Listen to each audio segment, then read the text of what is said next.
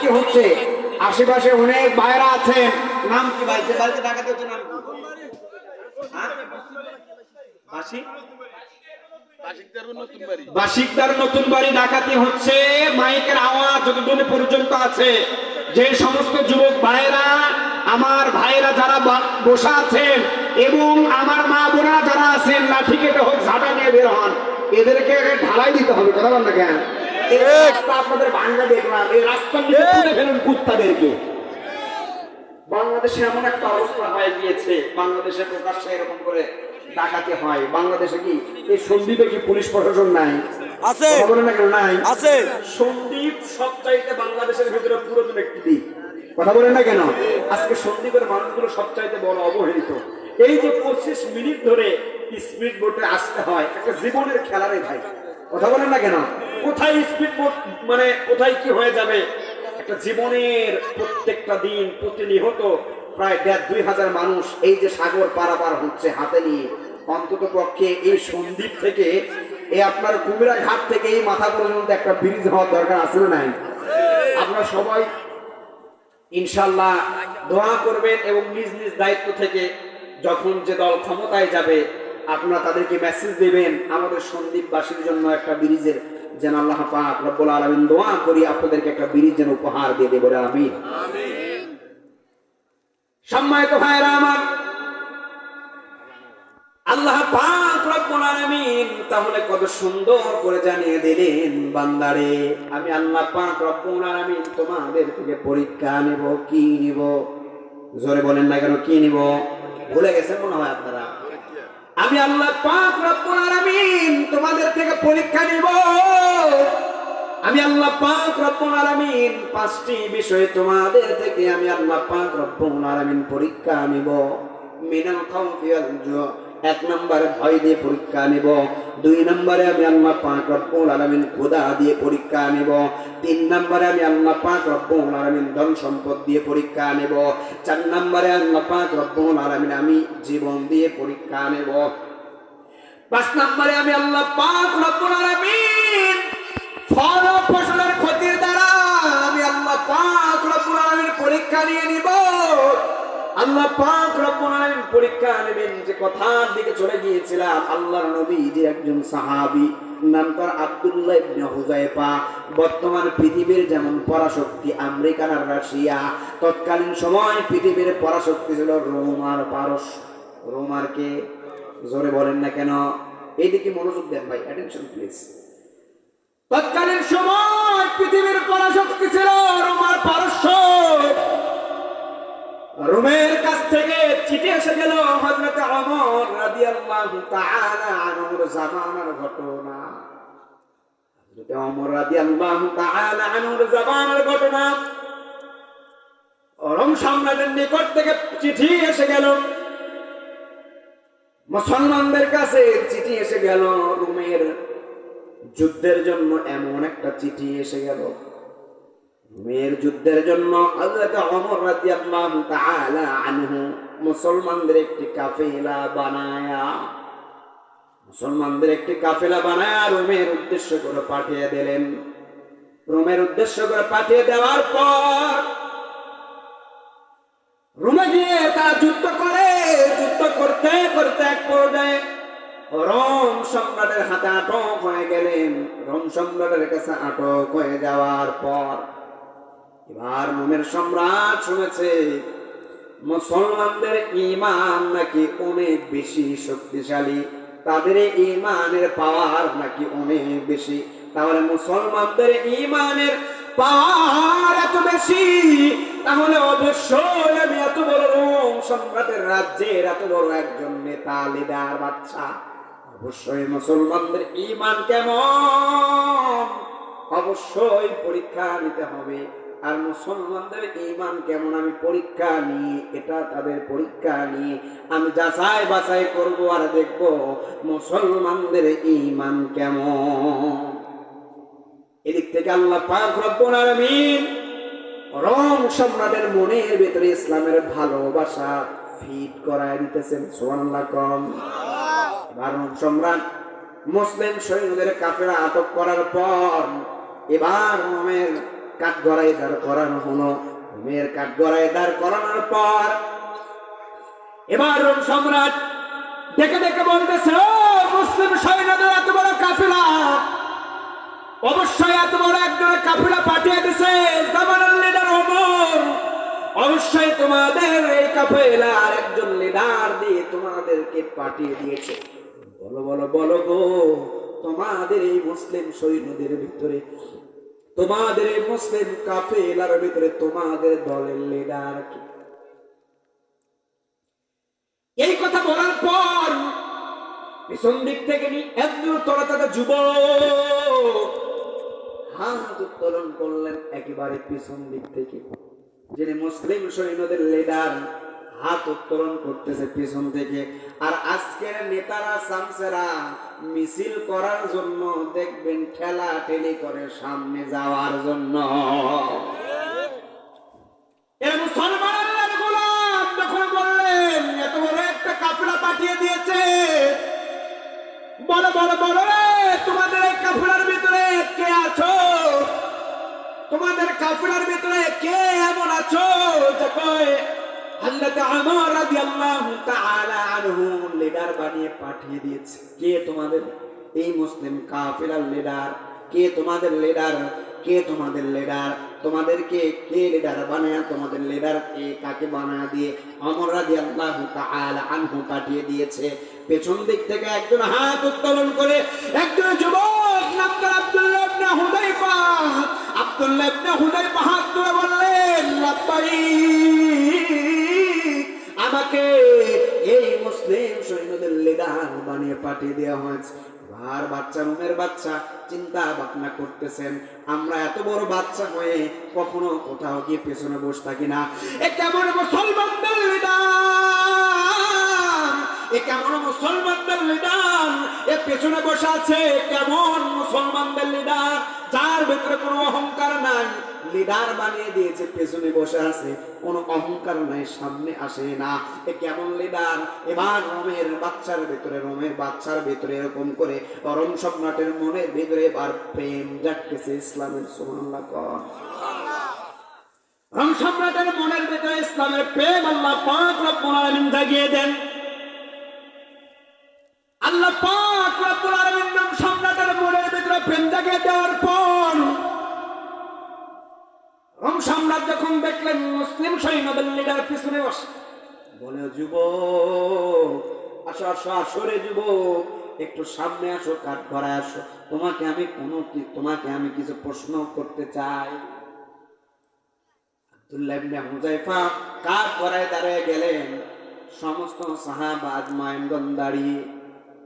আব্দুল্লাহ ইবনে হুযায়ফাকে ডেকে ডেকে বলে, ও মুসলিম সৈন্যদের লিডার আব্দুল্লাহ, তোমাকে তো লিডার বানিয়ে দিয়ে পাঠিয়ে দিয়েছে, তোমার নেতৃত্বে দল চলবে, তুমি যা বলবে দলের মানুষদের তাই শুনতে বাধ্য হবে। ও আব্দুল্লাহ, আমি শুনেছি তোমাদের ঈমান নাকি মুসলমানদের ঈমান নাকি অনেক বেশি। আব্দুল্লাহ, আমি এই কথা শুনেছি।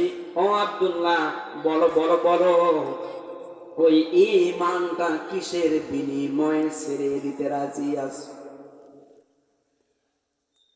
এবার আব্দুল্লাহ ইবনে হুযায়ফা ডেকে ডেকে বলেন, পৃথিবীর এমন কোনো কিছুই নাই যার বিনিময়ে আমি আমি আব্দুল্লাহ ঈমান ছেড়ে দিতে রাজি হব। কারণ মুমিনদের জান এবং মাল আল্লাহ পাক রব্বুল আলামিন দুনিয়াতে পাঠিয়ে দেওয়ার পরে জান্নাতের বিনিময়ে ক্রয় করে নিয়েছেন। কিসের বিনিময়ে? জোরে বলেন না কেন, কিসের বিনিময়ে? মুমিনদের জান এবং মাল আল্লাহ পাক রব্বুল আলামিন জান্নাতের বিনিময়ে ক্রয় করে নিয়েছেন। আব্দুল্লাহ ইবনে হুযায়ফা ডেকে ডেকে বলে, দুনিয়াতে এমন কিছু নাই রে যার বিনিময়ে আমি আব্দুল্লাহ ঈমান ছেড়ে দিতে রাজি হব। আর আব্দুল্লাহকে ডেকে ডেকে বলে, আব্দুল্লাহ, বুঝতে পেরেছি আব্দুল্লাহ, মুহাম্মাদের দরবারে গিয়ে একবার লা ইলাহা ইল্লাল্লাহ মুহাম্মাদুর রাসূলুল্লাহ বলে যে কালিমার স্বাদ একবার পেয়েছো, ও আব্দুল্লাহ, বুঝতে পেরেছি তোমরা ঈমান ছেড়ে দিতে রাজি হবা না এমনিতেই। ও আব্দুল্লাহ, চিন্তার কোনো কারণ নাই রে আব্দুল্লাহ। আমি রোমের এক পাশের দায়িত্ব তোমাকে আমি বানায় দিলাম, রোমের এক পাশের দায়িত্ব তোমাকে আমি দিয়ে দিলাম। এত বড় একটা রোম সম্রাট, এক পাশের দায়িত্ব দিয়ে দিলাম। ও আব্দুল্লাহ, তোমার যেভাবে মনে চাই, তোমার যেই রকম করে মনে চাইবে, ও আব্দুল্লাহ, যেইভাবে তোমার মনে চাইবে এইভাবেই তোমার মন মতো রোমের এক পাশে তুমি এমন ভাবে তোমার মন মতো তুমি শাসন করো, বাধা দেওয়ার মতো রোমের এই রাজ্যের ভিতরে আর কেউ থাকবে না। ও আব্দুল্লাহ, তুমি চিন্তা করতেছো, মনে মনে ভাবতেছো, মনে হয় তুমি কালিমা ছেড়ে দিলে, মক্কাতে তোমার ফিরে যাওয়ার পর তোমাকে কোনো সম্পদ দিবে না। ও আব্দুল্লাহ, চিন্তার কোনো কারণ নাই। এই রুমের ভিতরে যেখানে তোমার পছন্দ হয়ে যায় সেই জায়গা তুমি তোমার নামে করে নিতে পারো। ও আব্দুল্লাহ, তুমি মনে মনে ভাবতেছ, তুমি ঈমান ছেড়ে দেওয়ার পর, কালিমা ছেড়ে দেওয়ার পর রে আব্দুল্লাহ, তুমি মনে মনে ভাবতেছ হয়তো তোমাকে মক্কার কোন সুন্দর নারী বিবাহ করবে না। ও আব্দুল্লাহ, চিন্তার কোনো কারণ নাই। আমার ঘরে এমন একজন সুন্দরী, রূপসী, মায়ামতী এমন একজন মেয়ে আছে রে আব্দুল্লাহ, যার সঙ্গে যে এইরকম সুন্দর রোমের ভিতরে আর কোনো একটা মেয়েও খুঁজে পাওয়া যাবে? কথা বলেন না কেন, যাবে? এমন একটা সুন্দর মেয়ে কোথাও খুঁজে পাওয়া যাবে না। ও আব্দুল্লাহ, চিন্তার কোনো কারণ নাই, আমার মেয়ের সঙ্গে তোমাকে বিবাহ দিয়ে দিব। আব্দুল্লাহ, তুমি কালিমা ছেড়ে দাও, তুমি কালিমা ছেড়ে দাও। আর আব্দুল্লাহ ইবনে হুযায়ফা মুস্কি মুস্কি হাসি আর বলে, সম্পদের লোভ দেখিয়ে, ধন সম্পদ যেটা বললাম, ধন সম্পদের লোভ দেখিয়ে, নারীর লোভ দেখিয়ে, ক্ষমতার লোভ দেখিয়ে আমি আব্দুল্লাহ ইবনে হুযায়ফার ঈমান ক্রয় করে নেওয়া সম্ভব নয়। আল্লাহু আকবার। আমি আব্দুল্লাহর ঈমান, ধন সম্পদ আর মেয়ের লোভ দেখিয়ে, ক্ষমতার লোভ দেখিয়ে আমি আব্দুল্লাহ ইবনে হুযায়ফার ঈমান ক্রয় করে নেওয়া সম্ভব নয়। কারণ আমি আব্দুল্লাহ জান্নাতের বিনিময়ে আল্লাহ পাক রব্বুল আলামিনের কাছে আমার জান এবং মালটা বিক্রি করে দিয়েছি। এবার আব্দুল্লাহ ইবনে হুযায়ফার কথা বলার পরে বাচ্চা মনে মনে ভাবতেছে, এমনিতে কড়া আঙ্গুলে ঘি ওঠে না, সোজা আঙ্গুলে কি হয় না? কথা বলেন না কেন? বাচ্চা বলতে যে সোজা আঙ্গুলে যেমন ঘি ওঠে না, আঙ্গুল একটু বাঁকা করতে হবে। আঙ্গুল একটু বাঁকা করলে মনে হয় মুসলমানরা ঈমান ছেড়ে দিবে, তা নয়। এবার আব্দুল্লাহ ইবনে হুযায়ফা সহ দলবল সহ, লম্বা বড় ঘটনা সংক্ষিপ্ত করে বলে যায়, দলবল সহ রোম সম্রাট আদেশ দিয়ে দিলেন, ও রোমের সৈন্যরা, যাও যাও যাও, মুসলিম সৈন্যদেরকে এমন একটা ছেলের ভিতরে আবদ্ধ করে রাখবা, এমন একটা ছেলের ভিতরে আবদ্ধ করে রাখবা যে ছেলের ভিতরে কোনো আলো বাতাস নাই, যে ছেলের ভিতরে কোনো কিছুই থাকবে না।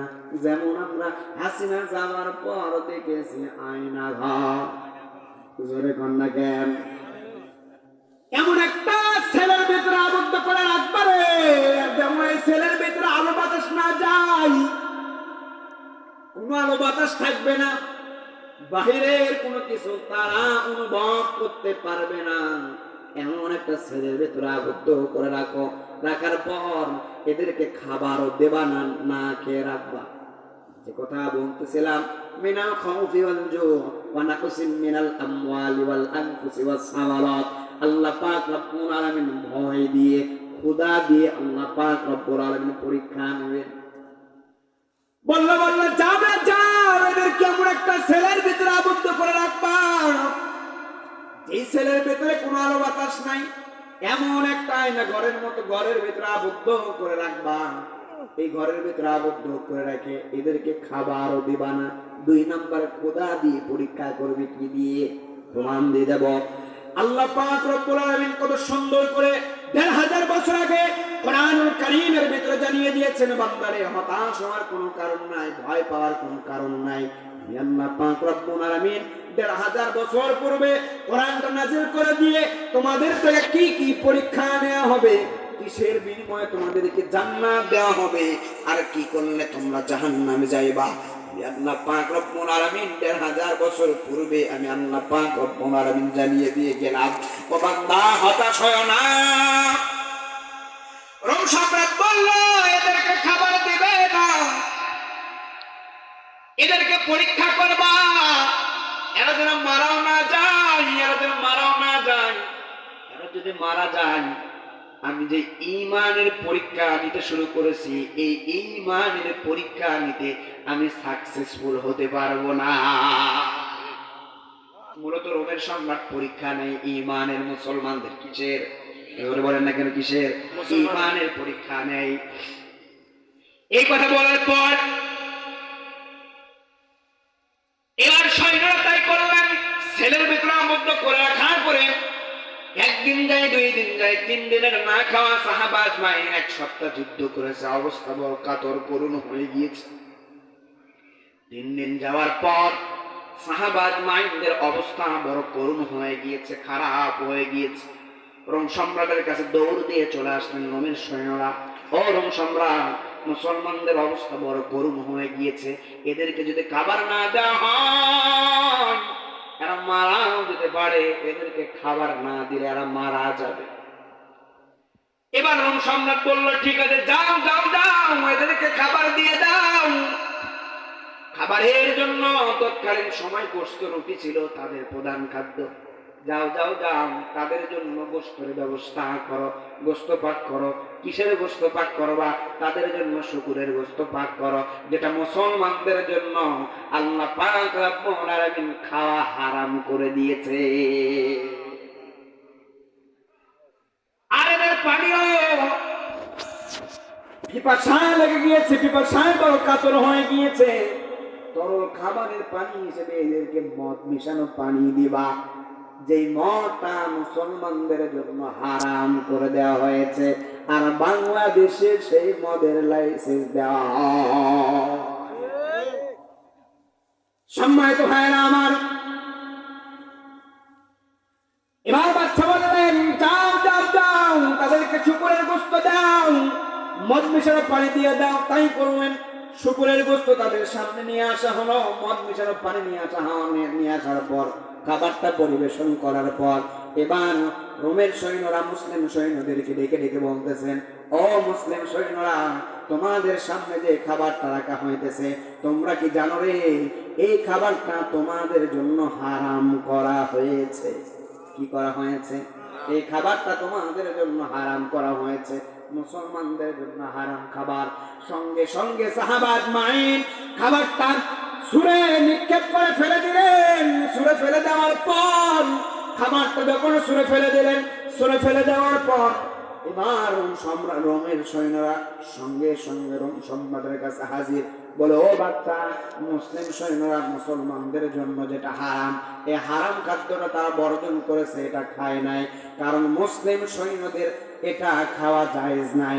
কিতাবের ভিতরে পাওয়া যায়, জীবন বাঁচানোর তাগিদে একবার হইলেও, যদিও খাদ্য যদি হারাম হয়, জীবন বাঁচানোর তাগিদে একবার হারাম খাদ্য হলেও খাওয়া জায়েজ। কথা বলেন না কেন? জায়েজ, এটা জীবন বাঁচানোর তাগিদে। কিন্তু সাহাবা আজমাইনদের এত ঈমান, সাহাবা আজমাইনরা খাবারটা খাইলেন না। খাবারটা না খেয়ে সঙ্গে সঙ্গে ছুঁড়ে ফেললেন। ছুঁড়ে ফেলার পর সঙ্গে সঙ্গে দৌড় দিয়ে চলে গেলেন রোম সৈন্য। রোমের বাচ্চার কাছে গিয়ে বলে, বাচ্চা গো, এ কেমন মুসলমান, না খেয়ে মারা যাবে, তারপরে হারাম খাদ্য খাবে না, এমন মুসলমান আমি দেখি না। রোমের সৈন্য যখন রোমের বাচ্চার কাছে বললেন, সাহাবা আজমাইনরা বড় কাতর হয়ে গিয়েছে। সাহাবা আজমাইনরা বড় কাতর। এবার রোমের বাচ্চার কাছে যখন বললেন, বলার পর এবার বাচ্চা বললেন, যাও যাও যাও, এদেরকে ঠান্ডা কথা দিয়ে হবে না, এদেরকে হত্যা করে ফেলতে হবে।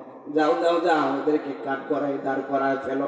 তাই করলেন, কাঠ করায় দাঁড় করায় ফেললেন। 3 দিনের না খাওয়া সাহাবা আজমাইন 1 সপ্তাহ যুদ্ধ করেছে, ঠিক মতো খাবার পাই নাই, বড় ক্লান্ত। 3 দিনের না খাওয়া সাহাবী এমন ক্লান্ত হয়ে গিয়েছে। সাহাবা আজমাইনদেরকে কাঠগড়ায় দাঁড় করানো, কাঠগড়ায় দাঁড় করানোর পর বাদশা এবার বলতেছে, যাও যাও যাও যাও, গিয়ে গরম পানি রেডি করো, গরম পানির পরিবর্তে তেলটা দিবা, পাতিলের ভিতরে আগুন জ্বালাও, এমন উত্তপ্ত তেলটা গরম করে ফেলবা, এত বেশি গরম করে ফেলবা তেলটা যেন টকবকে হয়।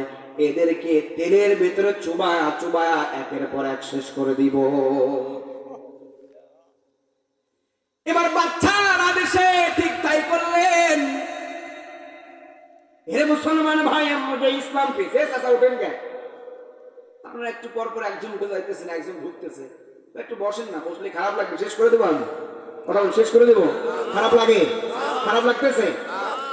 এমনি তো আমরা ইসলাম পাই নাই, এমনি আমরা ইসলাম পাই নাই, এমনি ইসলাম পাই নাই মনে করেছে ইসলাম আমরা এমনি পেয়েছি। সাহাবা আজমাইনদের জীবনের বিনিময়ে, রক্তের বিনিময়ে, নবীজির রক্তের বিনিময়ে আমরা কোরআন পেয়েছি, ইসলাম পেয়েছি। এই ইসলামকে নিয়ে আমরা যদি মুসলমান সিনেমে খেলি, আমরা মুসলমান নয়, আমরা মুসলমানের ঘরে জন্ম নিয়ে মুনাফিক সবচাইতে বড় বেঈমান। এ মুসলমান আল্লাহর গোলাম, এবার রোম সম্রাট বললেন, যাও যাও যাও, আগুন জ্বালায় ফেলো। এত আগুনের তেজ, এত আগুনের তেজ, দুনিয়ার সামান্য আগুনের তেজ আমরা সহ্য করতে পারি না। ফুটন্ত গরম পানি যদি আমাদের হাতের উপরে ফেলা হয়, আর ফুটন্ত তেল যদি আমাদের গায়ের উপরে পড়ে, সঙ্গে সঙ্গে ফসকা উঠে যায়। ঠিক সই না, ফুটন্ত তেল টকবক করে। দুনিয়াতে সামান্য রোদের তাপ আমরা সহ্য করতে পারি না, সামান্য রোদের তাপ আমরা সহ্য করতে পারি না। ওই জাহান্নামের আগুন আমরা সহ্য করতে পারবো না ভাই। জাহান্নামের আগুন এত কঠিন হবে, এত বেশি জাহান্নামের আগুনের হবে, ওই জাহান্নামের আগুন সহ্য করার মতো নয়। ওই জাহান্নামের আগুন কেউ সহ্য করতে পারবো না। কিয়ামতের দিন কাল হাসরের ময়দানে এক হাত মাথার উপরে যখন সূর্যটা উঠে আসবে, যারা বেঈমান হবে, মাথার উপরে সূর্যটা আসার পর বেঈমানদের মাথার মগজগুলো টকবক টকবক করে গলতে শুরু করবে, পুরো শরীরটা গলে যাবে। আবার আল্লাহ পাক রব্বুল আলামিন বেঈমান মুনাফিকদের জীবন দান করবে, আবার গলতে থাকবে। এরকম করে বিচার শেষ হওয়া পর্যন্ত এত কষ্ট হবে। বিচার শেষ হওয়ার পর তারপরে যারা জান্নাতে যাবে, জাহান্নামীরা জাহান্নামের ভিতরে যাবে। আল্লাহ পাক রব্বুল আলামিন বলছেন, বান্দারে আমি জাহান্নাম জ্বালানোর জন্য কোন লাকড়ি খড়ির ব্যবস্থা করি নাই। আমি জাহান্নাম জ্বালানোর জন্য আমি আল্লাহ পাক রব্বুল আলামিন একদল নেই বেঈমান, একদল মুনাফিক দিয়ে আমি আল্লাহ পাক রব্বুল আলামিন জাহান্নাম জ্বালাইবো। কোন লাকড়ি খড়ির ব্যবস্থা করি নাই। আমি আল্লাহ পাক রব্বুল আলামিন একদল বেঈমান, একদল নাফরমান দিয়ে আমি জাহান্নাম জ্বালাইবো। যেই জাহান্নামের আগুনের তাপ দুনিয়া থেকে 70 থেকে নিয়ে 100 গুণ বেশি। এত আগুনের তাপ কিন্তু কেউ সহ্য করতে পারবে না। মনে করেছেন আপনি একবার আগুনে নিক্ষেপ করা হবে, আপনি পুড়ে যাবেন, ছাই হয়ে যাবেন, হিসাব বরাবর তা নয়। আল্লাহ পাক রব্বুল আলামিন বলছেন, নির্ধারিত একটা সময় দেওয়া হবে, এই সময় পর্যন্ত তোমরা আযাব ভোগ করবা। এই আযাবের ভিতরে তোমরা পুরো ছাই হয়ে যাবা। পুরো ছাই হয়ে যাওয়ার পর তোমাদেরকে আবার জীবিত করা হবে। শুধু তাই নয়, দুনিয়া থেকে নাফরমানি করে বিদায় নিয়ে চলে যাওয়ার পর, জাহান্নাম পাওয়ার পর, হাসর পাওয়ার পর, আমাদের কবরের আখিরাতের প্রথম মঞ্জিল হয় না কবর। এই কবরে যাওয়ার পর আল্লাহ পাক রব্বুল আলামিন বলছেন, যারা মুমিন হবে, যারা ঈমানদার হবে, আমি আল্লাহ পাক রব্বুল আলামিন জান্নাতের বিছানা পাড়ায় দিয়ে বলবো, বান্দারা ঘুমায় যা। আর যারা বেঈমান হবে, যারা মুনাফিক হবে, দুই পাশের মাটির চাপ এমন ভাবে দুই পাশের মাটি চাপ দিবে, এমন ভাবে দুই পাশের মাটির চাপ দিবে, পুরো শরীরের হাড় পুরো ভেঙে চুরমার হয়ে যাবে। আবার আল্লাহ পাক রব্বুল আলামিন তাকে জীবন দান করবেন, আবার দুই পাশের মাটির চাপ দিবেন। তারপরে কবরের ভিতরে বড় বড় এমন বিষাক্ত সাপ দেওয়া হবে, যে সাপগুলো একবার দর্শন করলে যে এমন বিষ হবে, এত বিষ হবে কেউ সহ্য করতে পারবে না। আল্লাহ পাক রব্বুল আলামিন বলছেন, বান্দারে মুনাফিক হয়ে কবরে যাওয়ার পর প্রথম যে তোমাদের সাধারণ শাস্তির ব্যবস্থা করা হবে, এই শাস্তিগুলো তোমরা সহ্য করতে পারবা না।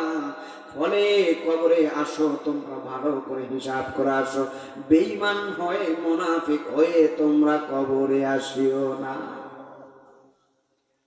একটু টকবগে তেল গরম করলেন, রং সম্রাট ডেকে ডেকে বলে, যাও রে যাও, দেখো আপনার নবীজির কোন বৃদ্ধ সাহাবী সব চাইতে বেশি বৃদ্ধ, এদের ভিতরে সব চাইতে যার বয়স বেশি, এমন একটা বৃদ্ধকে নিয়ে গিয়ে তেলের ভেতরে নিক্ষেপ করে গেল। ঈমানের পরীক্ষা দিয়েছেন, ঈমানের পরীক্ষা দিয়েছেন। সাহাবা আজমাইনরা ঈমানের পরীক্ষা দিতে গিয়ে নিজের জান কোরবান দিয়েছেন, নিজের জীবনটা বিলিয়ে দিয়েছেন। তারপরেও কোন বাতিলদের সঙ্গে আপোষ করেন নাই, মাথা নত করেন নাই। বিশ্বকবি কবি সম্রাট আল্লামা ইকবাল রাহমাতুল্লাহি আলাইহি কত সুন্দর করে বলেন, বাতিল সে দবনে ওয়ালে, বাতিল সে দবনে ওয়ালে आसमां नहीं हम सोबर कर चुका है तो इम्तिहा हमारा। মুসলমানদের পাওয়ার, ইমানের পাওয়ার এমন হবে, মুসলমানদের ইমান এমন হবে, মুসলমানরা কোন জালিমের ফাঁসির কাষ্ট দেখে ভয় করবে না, মুসলমানরা কোন জালিমের সঙ্গে মাথা নত করবে না, মুসলমানরা সর্বদাই বাঘের মতো গর্জন দিয়ে বেঁচে থাকবে। 1000 বছর বাঘের মতো গর্জন দিয়ে বেঁচে থাকা 1000 বছর বিলায়ের মতো চুপ করে বেঁচে থাকার সে একদিন বাঘের মতো গর্জন দিয়ে বেঁচে থাকাই ঈমানের বড় দায়। এত ঈমান, এত ঈমান, এত বেশি ঈমান। সাহাবা আজমাইন, বৃদ্ধ একজন সাহাবী, বৃদ্ধ সাহাবীকে তেলের ভিতরে নিক্ষেপ করা ফেলার পর সঙ্গে সঙ্গে হাড়গুলো আলাদা হয়ে গেল, সঙ্গে সঙ্গে মাংসগুলো আলাদা হয়ে গেল। আব্দুল্লাহ ইবনে হুযায়ফা মুসলিম সৈন্যদল লিডার চিৎকার করে কান্না করে, চিৎকার করে কান্না করার পর এবার রং সম্রাট ডেকে ডেকে বলে, ও আব্দুল্লাহ, তুমি বুঝি ভয় পেয়ে গিয়েছো? আব্দুল্লাহ, আমরা বুঝতে পেরেছি আব্দুল্লাহ, তুমি বুঝি ভয় পেয়ে গিয়েছো। ও আব্দুল্লাহ, ভয় পাওয়ার কোনো কারণ নাই, ও আব্দুল্লাহ, ভয় পাওয়ার কোনো কারণ নাই, একজনই তো মরেছে।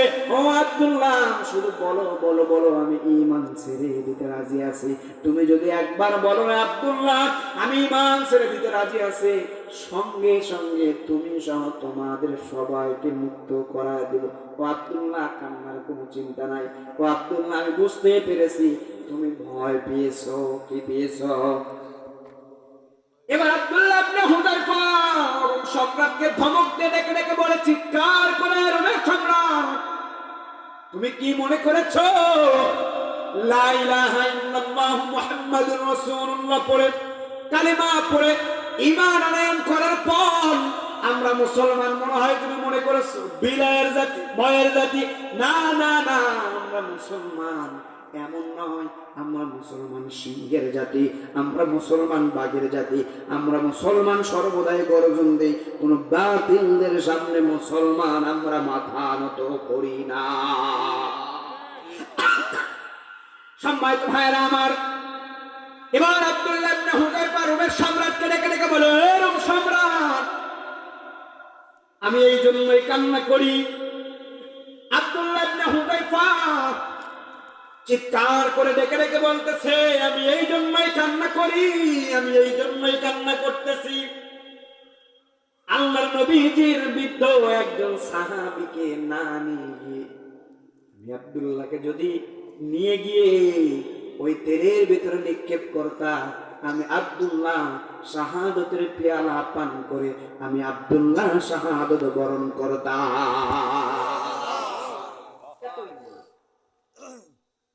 আমি আব্দুল্লাহ এই জন্যই কান্না করি, আমি আব্দুল্লাহ এই জন্যই কান্না করতেছি।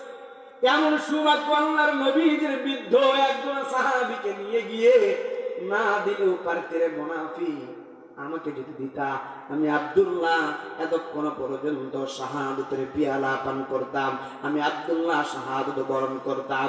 আমি আব্দুল্লাহ এই জন্যই কান্না করি, ওর আল্লাহর নবীজির বৃদ্ধ সাহাবী না হয়ে ওই জায়গায় আমি আব্দুল্লাহ থাকতে যদি পারতাম, আমি আব্দুল্লাহ বড় সৌভাগ্যবান হইতাম। এমন আফসোসে আমি আব্দুল্লাহ কান্না করি। কি মান সাহাবীদের বলে আমি নিজের জীবনটাকে বিলিয়ে দেওয়ার জন্য কান্না করি, মরার ভয়ে কান্না করি না। কিসের ভয়? জোরে বলেন না কেন, কিসের ভয়ে?